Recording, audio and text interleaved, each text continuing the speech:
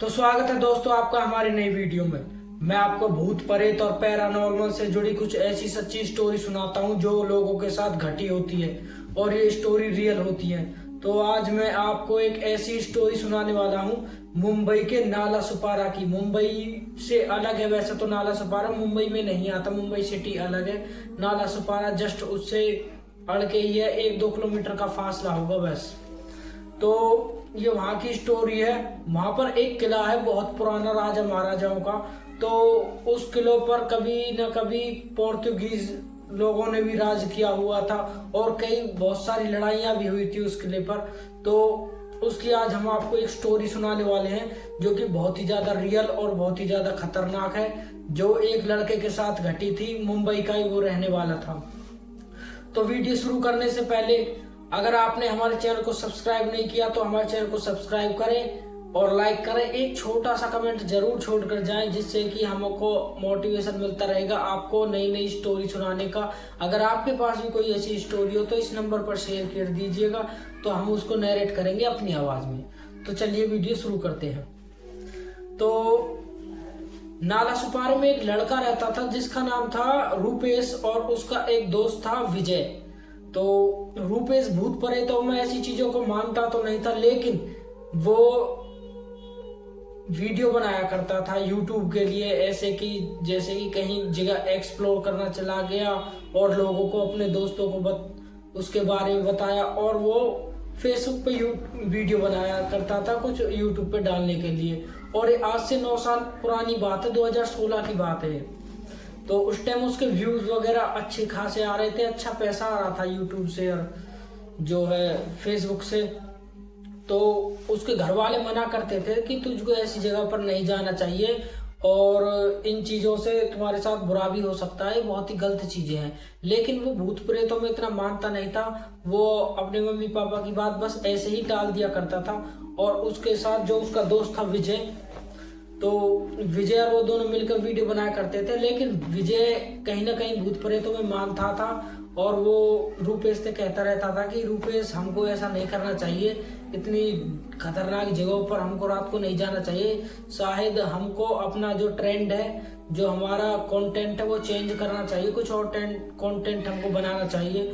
लेकिन रूपेश मना कर देता है कि नहीं, हमारे जो सब्सक्राइबर हैं या फिर हमारे जो व्यूअर्स हैं, फॉलोअर्स हैं, वो यही स्टोरी देखना चाहते हैं, यही चीज देखना चाहते हैं, जिससे कि हमारा जो चैनल है वो बढ़िया चल रहा है। अगर हम एकदम से कुछ और ट्रेंड जो है अपना कंटेंट चेंज करेंगे तो हमको वैसे व्यू नहीं आएंगे, तो लोग हमको इन्हीं चीजों से जानते हैं। तो वो भी कहीं ना कहीं मजबूर था।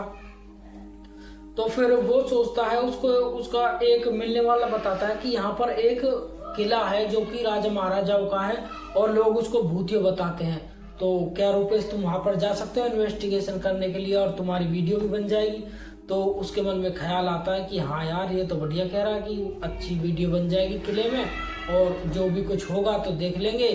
वैसे तो कुछ होगा नहीं, पर ऑफकोर्सली मजा बहुत आएगा। तो वो राजी हो जाता वहां जाने के लिए। उसने अपने दोस्त से भी कहा, लेकिन उसके दोस्त ने मना कर दिया। उसके दोस्त को पता थी कि ये बहुत ही ज्यादा हॉन्टेड जगह है और यहाँ पर जाना हमारे लिए अच्छा नहीं हो सकता। तो उसके दोस्त तो मना कर चुके थे वहां पर जाने के लिए। और ये क्या हुआ, दूसरे दिन अपने दोस्त को बगैर बताए शाम के टाइम वहां पर चला गया अपनी बाइक लेकर, कैमरा वगैरह लेकर। और वहां पर जाने के बाद जब ये पहुंचा, इसने देखा शाम के 5 या 6 बज रहे होंगे।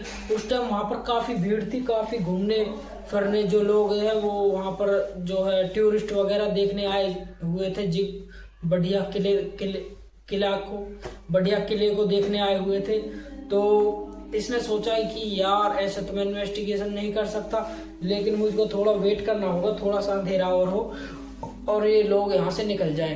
तो वो क्या करता है कि हवेली में अंदर चला जाता है। अंदर जाने के बाद वो एक जगह छुप जाता है ताकि जब लोग यहाँ से चले जाएं, किला बंद हो, तो वहाँ के जो गार्ड है, सिक्योरिटी गार्ड है, वो मुझको ना देख लें।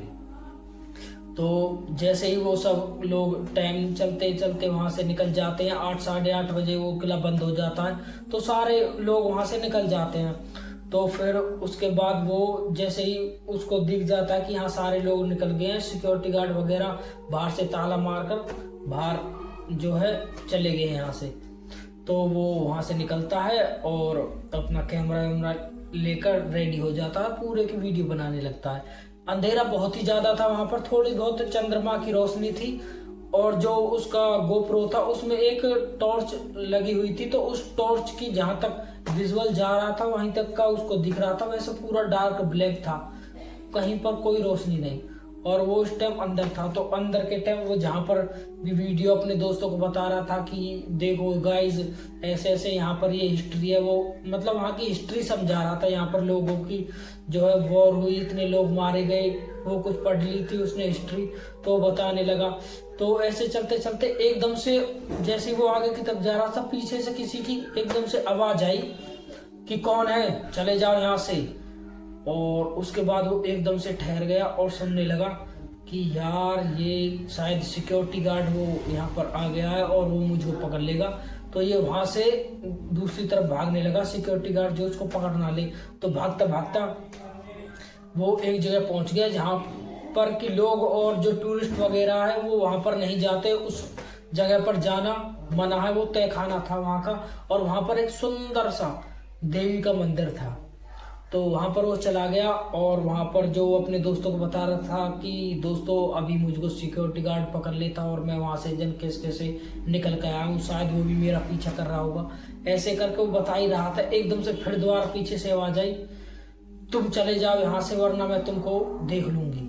उसके बाद वो वहां पर एकदम से सोचने लगता है कि यार ये तो सिक्योरिटी गार्ड की आवाज नहीं है, ये तो किसी न किसी लेडीज की आवाज है। और वो देखने लगता है, पीछे मुड़ के जैसे ही दिखता है लेकिन वहां पर कोई लेडीज नहीं होती। उसके बाद वो काफी ढूंढता है लेकिन उसको कुछ दिखाई नहीं देता, तो उसने समझा कि शायद मेरा यार दिमाग का वहम है, शायद मैं सिक्योरिटी गार्ड के उससे थोड़ा सा लग रहा है कि हाँ किसी की आवाज है। उसके बाद वो आगे के जैसे ही निकला तो उसको वहां एक लड़की बैठी मिली जो कि सुकड़ कर बैठी है एक तरफ। तो उसने उसकी तरफ टॉर्च की, अपना कैमरा किया और उससे बोलने लगा कि हेलो तुम कौन हो, हाँ जी आप यहाँ क्या कर रहे हो। तो वो इससे बोलने लगी कि दूर रहो मुझसे, और खड़ी हुई वहां से और पीछे हटने लगी। और पीछे हटते हटते ये उससे बोला कि डरो मत, मैं तुमसे पूछ रहा हूँ तुम यहाँ पर कर क्या रही हो, क्यों रात को यहाँ पर आई हो, मैं तो बस खाली यहाँ इन्वेस्टिगेशन करने आया हूँ। तो वो इससे बोलती है कि मैं यहाँ क्या करने आई हूँ, मेरा हस्बैंड मुझको छोड़ गया, ऐसे करके उसने उसको बताया। तो उसने कहा हस्बैंड छोड़ गया, उन्होंने हाँ मेरे हस्बैंड मुझको यहाँ पर छोड़ कर चले गए। तो वो बहुत ज़्यादा हैरान, यार हस्बैंड किसी का ऐसे कैसे किसी को छोड़कर चला जाएगा।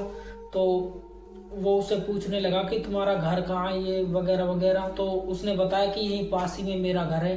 तो इसने बोला कि चलो मैं बाहर चलता हूँ, मैं भी अब मेरी वीडियो पूरी हो गई है, इन्वेस्टिगेशन पूरी हो गई है, मैं भी घर की तरफ चल रहा हूँ, तो तुमको भी मैं घर छोड़ते ही चला जाऊँगा, मेरे पास बाइक है।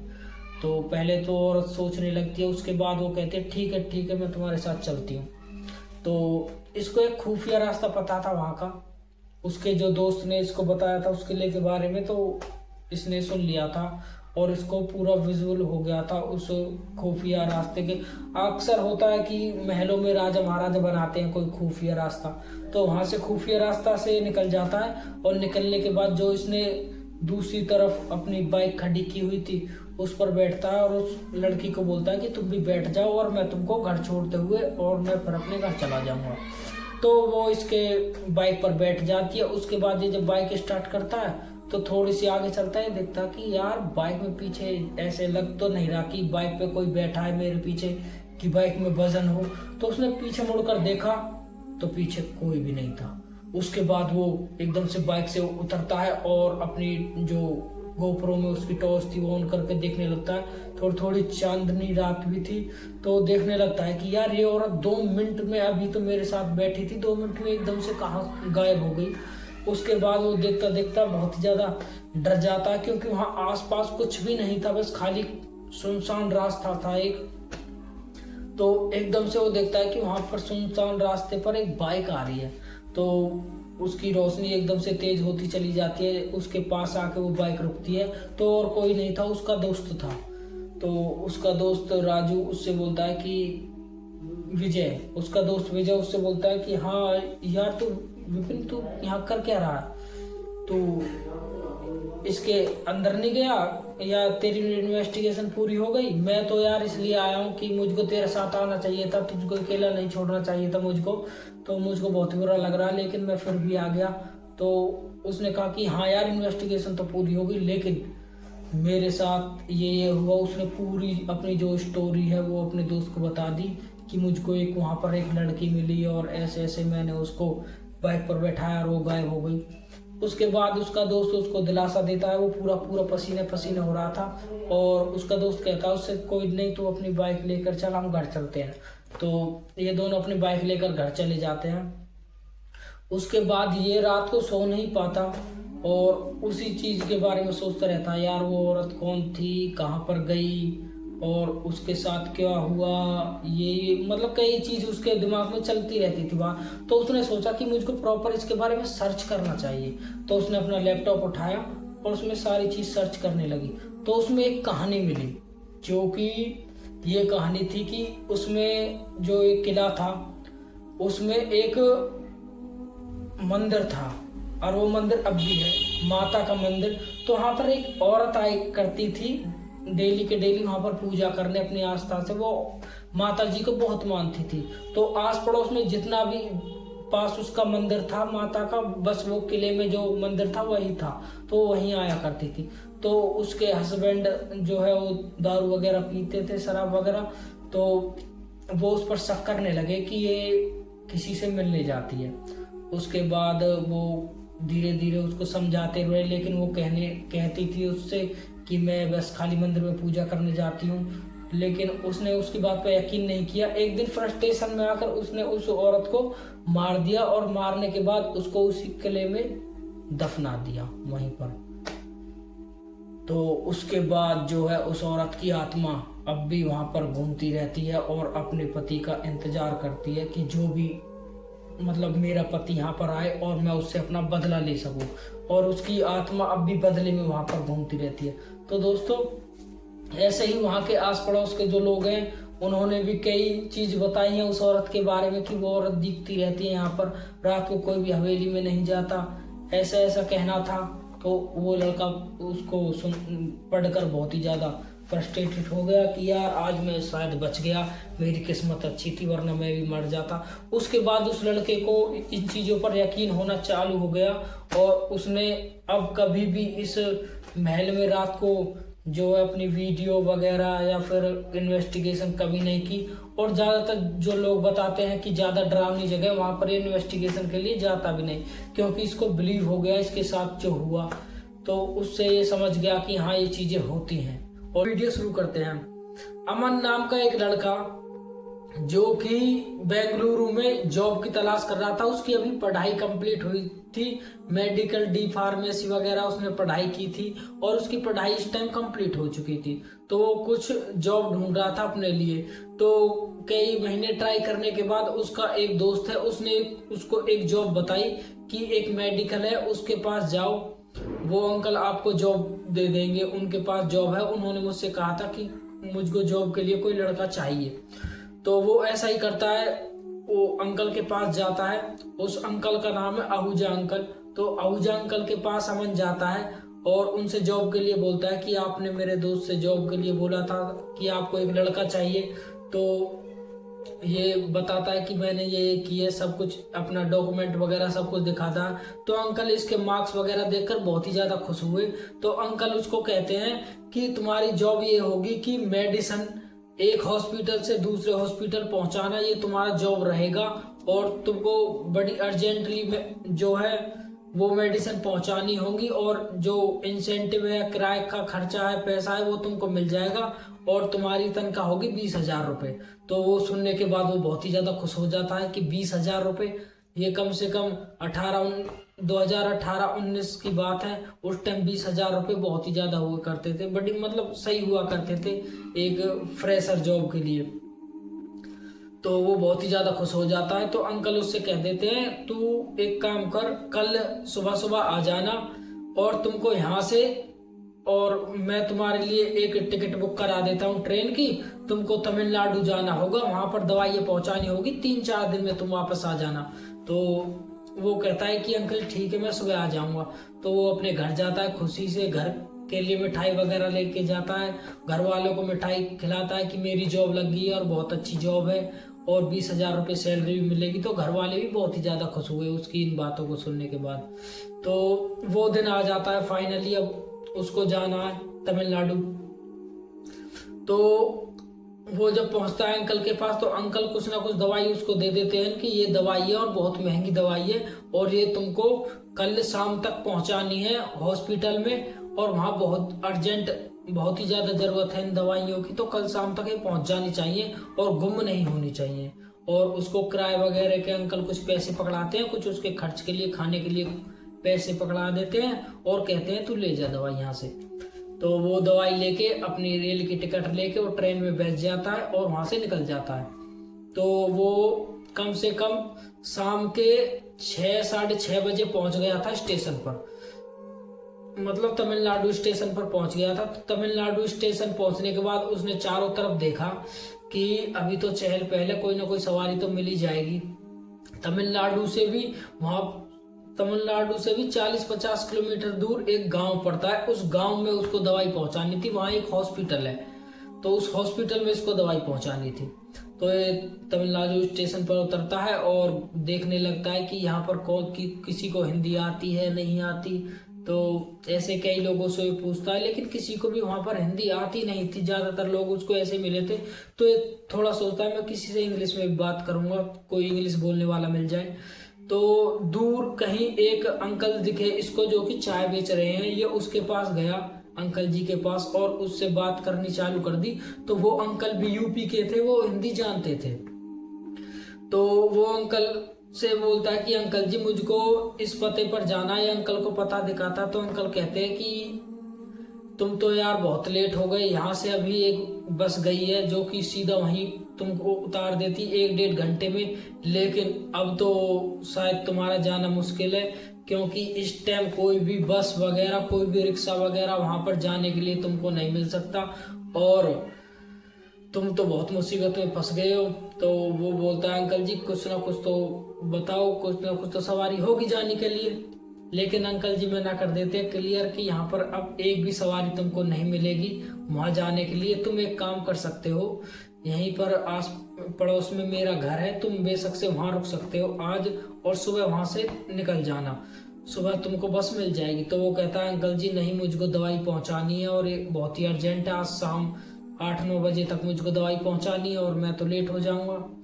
तो अंकल जी कहते हैं नहीं, अब तो वैसे तो कुछ हो नहीं सकता, अगर तुम देख लो घूम फिर के कोई रिक्शा वाला मिल जाए तो उससे बात कर लेना और कुछ पैसे ज्यादा ऑफर कर देना, चला जाएगा। लेकिन संभल के, ये रास्ता, मतलब ये जगह तुम्हारे लिए नहीं है और बहुत खतरनाक है, तुम इस जगह के बारे में जानते नहीं। तो वो वैसे ही टेंशन में था, तो उसने अंकल की बात को इग्नोर किया, फिर आगे की तरफ चल दिया। चलते चलते चलते चलते अभी वो थोड़ा दूर ही चला था, कम से कम 100-200 मीटर, उसको एक ऑटो आता मिला सामने से ही। तो उसने उस ऑटो वाले को रोका वहां पर, ऑटो वाला उसके पास रुका और उसने ऑटो वाले को सारी बात समझा दी कि मुझको वहां पर जाना है और तू वहां पर मुझको लेकर चल और मैं तुझको 101 रुपये फालतू दे दूंगा। तो ऑटो वाला मान जाता है, तो इसको ऑटो में बैठा लेता है, फिर वहां से निकल जाता है ऑटो वाला उसको लेकर। तो क्या हुआ, ऑटो वाला कम से कम 1 किलोमीटर ही चला था, तो उसने ब्रेक मारी ऑटो वाले ने। तो इसने बोला उससे कि भाई ब्रेक क्यों मारी तुमने, अब मुझको जल्दी पहुंचना है यार, थोड़ा दवाई भी है मेरे साथ, ये दवाई पहुंचानी है मुझको। तो ऑटो वाला कहता है 1 मिनट रुको। तो ऑटो वाला ऑटो से उतरता है और सामने ये हट्टा कट्टा सा आदमी खड़ा था, नॉर्मल कुर्ता पजामा, कुर्ता, वो तमिलनाडु की ड्रेस देखी होगी आपने कि एक तेमन सामान लेते हैं वो। तो वो उसके पास जाता है ऑटो वाला उतरने के बाद, और ऑटो वाला उससे कुछ ना कुछ फुसफुसा रहा होता है, ये देख रहा होता है यार ये ऑटो वाला और मुझको लेट कर रहा है, मुझको ज्यादा देरी हो रही है। तो ऑटो वाला तो वहीं खड़ा रहता है, लेकिन वो जो वहां पर खड़ा था 6 फुट का लड़का आदमी, जो कि कुर्ता और वो धोती पहना हुआ था, वो आया लुंगी पहन के उनके पास और बोलने लगा कि तुम ऑटो से उतरो। तो अमन ने बोला, भाई ऑटो से कैसे उतरूं, मुझको अभी जाना है, तुमको क्या प्रॉब्लम है, क्यों मुझको ऑटो से उतार रहे हो, हमको जाने दो वरना मैं तुम्हारी कंप्लेंट कर सकता हूँ थाने में। तो वो बोलता है कि मैं ही पुलिस ऑफिसर हूँ, यहाँ का इंचार्ज मैं ही हूँ, तुम इससे ऑटो से उतरो। तो वो ऑटो से उतर जाता है, बोलता है कि सर क्या हुआ, मैंने कोई गलत काम किया क्या, मैं तो सीधा जा रहा हूँ। तो वो बोलते हैं कि नहीं, ये रास्ता बहुत ही ज्यादा खतरनाक है, रात को तुमको यहाँ पर नहीं जाना चाहिए। और ऑटो वाले से बोला, ऑटो वाले तू इस टेम्पो को ऑटो को लेकर यहाँ से निकल और तू भी कहीं ना कहीं होटल वगैरह देखकर वहां पर रुक जा, सुबह जाना, रात को इस रास्ते से मत जाना। तो ये सोचने लगता है कि यार ये क्या हुआ। फिर ऑटो वाला अपना ऑटो लेकर वहां से चला जाता है और ये सोचने लगता है अभी तो बहुत लेट हो गया हूँ और मुझको पहुंचना भी है और शायद मुझको सेठ से पीछे से डांटी पड़ेगी, पहला दिन जॉब का और मैं अभी टाइम से दवाई लेकर पहुंचा भी नहीं हूँ। तो ये पैदल पैदल वहां से निकल चलता है, सोचता है कि जाने दो यार, पैदल पैदल कहीं ना कहीं तो कुछ सवारी मिलेगी, कोई दिक्कत नहीं। तो ये पैदल पैदल जैसे ही वहां से निकल जाता है, चला जाता है, तो वहां पर पैदल पैदल कम से कम अभी ये 200-300 मीटर ही चला था, उसको एक आदमी खड़ा मिलता है जिसके मुंह पर मास्क था और हाथ में चाकू था। तो वो इससे कहता है कि इस बैग में जो भी कुछ है वो सब निकालो, अपनी जेब से सब कुछ निकालो। तो उसने मास्क वगैरह पहन रखा था, हाथ में चाकू था, लेकिन ये उससे बोलने लगा, भाई मेरे पास सिर्फ दवाइयाँ हैं, पैसे मैं तुमको 100-200 रुपये दे सकता हूँ, मैं इस टाइम बहुत ही ज़्यादा मुसीबत में हूँ, मेरे पास कुछ भी नहीं है, मुझको ये दवाई पहुँचानी है, बहुत ही अर्जेंट, मेरी जॉब का पहला दिन है। तो ऐसा करते करते 101 रुपये देकर उसको मना लेता है, तो वो वहां से चला जाता है। लेकिन वो आदमी भी इससे कहता है कि इस रास्ते से मत जा, ये रास्ता बहुत ही ज्यादा खतरनाक है। लेकिन वो यार बहुत ही ज्यादा टेंशन में था, इन चीज सबकी बातों को इग्नोर करते हुए वो वहां से निकल जाता है। तो वो चलता जाता आगे बढ़ता रहता, बढ़ते बढ़ते वो देखता है कि यार चारों तरफ बस खाली नारियल के पेड़ हैं और अब रात होने लगी है, अंधेरा होने लगा है, अभी तक मैं दवाई लेकर नहीं पहुंचा। और मतलब कई चीजें इसके दिमाग में चल रही है कि आस पास कोई सवारी भी नहीं है। ऐसे ये चलता चलता पहुंचता है कुएं के पास और ये कुएं का क्रॉस ही कर रहा था, उसके पास से गुजर ही रहा था, एकदम से उसमें से इसको लगा जैसे कुएं में से कोई ना कोई झांक रहा है, किसी का ऐसे मुंडी देखी इसने थोड़ी सी। तो इसने एकदम से कुएं की तरफ देखा, लेकिन कुएं में कोई नहीं था। तो ये फिर वहां से चल देता है, कुएं को क्रॉस कर लेता है। थोड़ा सा आगे चलते ही इसको एकदम से पीछे से आवाज आती है, जैसे कोई इसका नाम पुकार रहा है, अमन अमन। और इसने पीछे मुड़कर देखा, लेकिन पीछे दूर दूर तक भी कोई नहीं था। ये थोड़ा सा टेंशन में था, सारी बातें इग्नोर करता हुआ चल रहा था कि पहला दिन है, मैं लेट हो गया, ये और वो 2-4 तरह की बातें। तो फिर ये चलता रहता, आगे बढ़ता रहता है, लेकिन इसको पीछे से फिर आवाज आती है, अमन अमन। ये फिर पीछे देखता है, लेकिन पीछे कुछ नहीं दिखा इसको।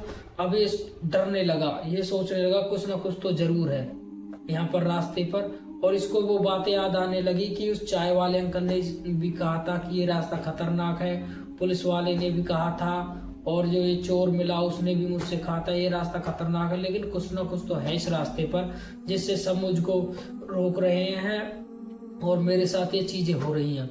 उसके बाद वो अपनी जल्दी जल्दी कदम बढ़ाना चालू करता है कि शायद कोई घर वगैरह मिल जाए, आस पड़ोस में कुछ ना कुछ तो मिल जाए जिससे कि मैं हाथ से बच सकूं, जो भी कुछ चीज मेरा पीछा कर रही है। ये भूत प्रेत तो वैसे तो मानता बहुत था, इसको पता था कि ये चीजें होती हैं, लेकिन इसने आज तक भी ये चीजें एक्सपीरियंस नहीं की थी। तो ये वहां से डरता हुआ अपना इधर उधर चारों तरफ देखता और फिर सीधा जल्दी जल्दी अपना कदम बढ़ाता हुआ चल रहा था नॉर्मली। तो इसको दूर खेतों में एक जंगल सा था, मतलब वहां पर पेड़ थे नारियलों के और इधर उधर कुछ फसलें भी हो रही थी। वहां पर इसको एक लेडीज खड़ी हुई दिखती है दूर से ही, इतनी ज्यादा तो विजुअल नहीं थी वो, लेकिन चंद्रमा की रोशनी में, थोड़ा सा चंद्रमा निकला हुआ था, उसकी रोशनी में जितना देख सकता था उसको एक औरत ही लगी वो कि हाँ ये एक औरत खड़ी है जिसके लंबे लंबे बाल हैं जो कि बिखरे हुए हैं। उसने सिर पे दुपट्टा वगैरह कुछ नहीं लिया हुआ, खाली एक नॉर्मल सी साड़ी पहनी हुई है और वो वहां पर खड़ी है और मेरी तरफ देख रही है। तो इसको देखता देखता ये सीधा अपना आगे बढ़ता रहता है, समझ तो जाता है कुछ ना कुछ तो गड़बड़ है, नॉर्मल तो औरत नहीं है। लेकिन ये कैसे न कैसे अपना भगवान का नाम लेते लेते लेते लेते ये वहां से निकलने लगता है। निकलते निकलते ये उस औरत को बार बार पीछे मुड़ के देख ही रहा था। इतने ही वो औरत वहां से गायब थी। उसको गायब देख इसके अब बहुत ही ज्यादा होश खराब थे। समझ चुका था कि ये बहुत ही गलत चीज हो रही है मेरे साथ, अच्छा नहीं हो रहा जितना भी हो रहा है, और मैं इस रास्ते पर आकर फंस गया। शायद मुझको उन अंकलों की बात मान लेनी चाहिए थी, खासकर उस चाय वाले की। वो तो मुझको रूम भी ऑफर कर रहा था रुकने के लिए। तो मैं कुछ ना कुछ बहाना लगा कर कि मुझको सवारी नहीं मिली है कहकर सेठ जी को मना लेता, लेकिन अब तो मेरी तो जान पर बनाई है। ऐसा सोचते सोचते ये चल रहा था, और इसने अब भागना रेगुलरली चालू कर दिया वहां से कि कुछ ना कुछ तो मिल जाए, कोई ना कोई लोग वगैरह, कोई घर वगैरह, गांव वगैरह कुछ तो मुझको मिले। लेकिन उस रास्ते पर दूर दूर तक कुछ भी नहीं था। ये भागता भागता आगे चल रहा था। फिर कंटिन्यूअसली ऐसे लग रहा था जैसे कि मेरे पीछे कोई ना कोई भाग रहा है। तो ये बार बार पीछे मुड़ के देखता, लेकिन बार बार पीछे मुड़ के देखने के बाद भी इसको कुछ भी पीछे दिखाई नहीं दे रहा था, कोई भी पीछे नहीं था। लेकिन इसको प्रॉपर आवाजें आ रही थी, कोई ना कोई मेरे पीछे भाग रहा है, मेरा पीछा कर रहा है। अब इसको भागने के साथ साथ वैसी आवाजें भी आने लगी जैसे कि कोई कान पे इसके कुछ ना कुछ बोल रहा है, ऐसे जैसे कि कान पे कुछ ना कुछ कोई बोलता है ना आराम से, ऐसे कोई कान पे बोल रहा है। तो ये और ज्यादा घबराने लगा। घबराते घबराते ये भागता चला जा रहा था, भागता चला जा रहा था। एकदम से इसकी ठोकर लगी और एकदम से जमीन पर गिरा, और गिरते ही इसने पीछे मुड़कर देखा तो वहां पर एक पत्थर पड़ा हुआ था जिससे इसकी ठोकर लगी। इसके हाथ पांव पूरे छिल चुके थे। इसने अपना बैग खोलकर देखा तो उसमें दवाइयां जो भी थी, इंजेक्शन वगैरह, वो सही सलामत थे, उनको कोई भी नुकसान नहीं हुआ था। उसके बाद ये उठकर वापस से भागना चालू करता है। अब थोड़ा सा लंगड़ाकर भाग रहा था क्योंकि पैर वगैरह में चोट भी आ गई थी।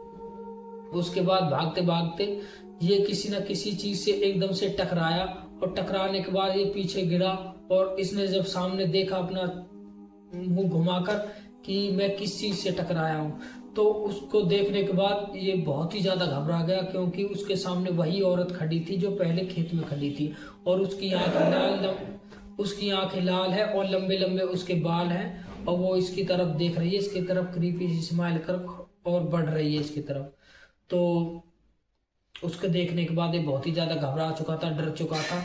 तो ये एकदम से वहां से पीछे हटना चालू किया। इतने ही जो है इसके ऊपर उस औरत ने जैसे ही इसको पकड़ना चाहे, इसकी तरफ बढ़ी, इतने ये वहां पर बेहोश हो गया।